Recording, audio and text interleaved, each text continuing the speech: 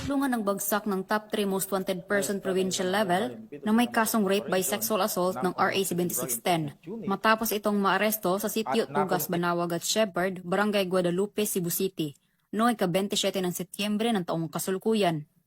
Kinilala ni Police Major Mark Eric C. Papong, Station Commander ng Police Station 9 Cebu City Police Office, ang suspect na si alias Mel, 35 anyos, na residente ng naturang lugar.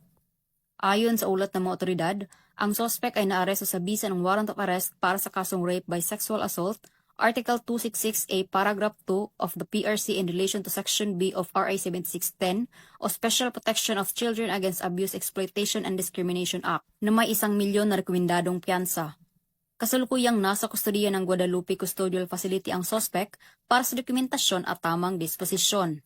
Paalala lang po sa ating mga kababayan na huwag magdalawang isip na tumawag at mag-report sa ating kapulisan kung may mga kaguluhan. Bawat tawag ay mahalaga para sa kaligtasan ng ating komunidad. Maraming salamat po.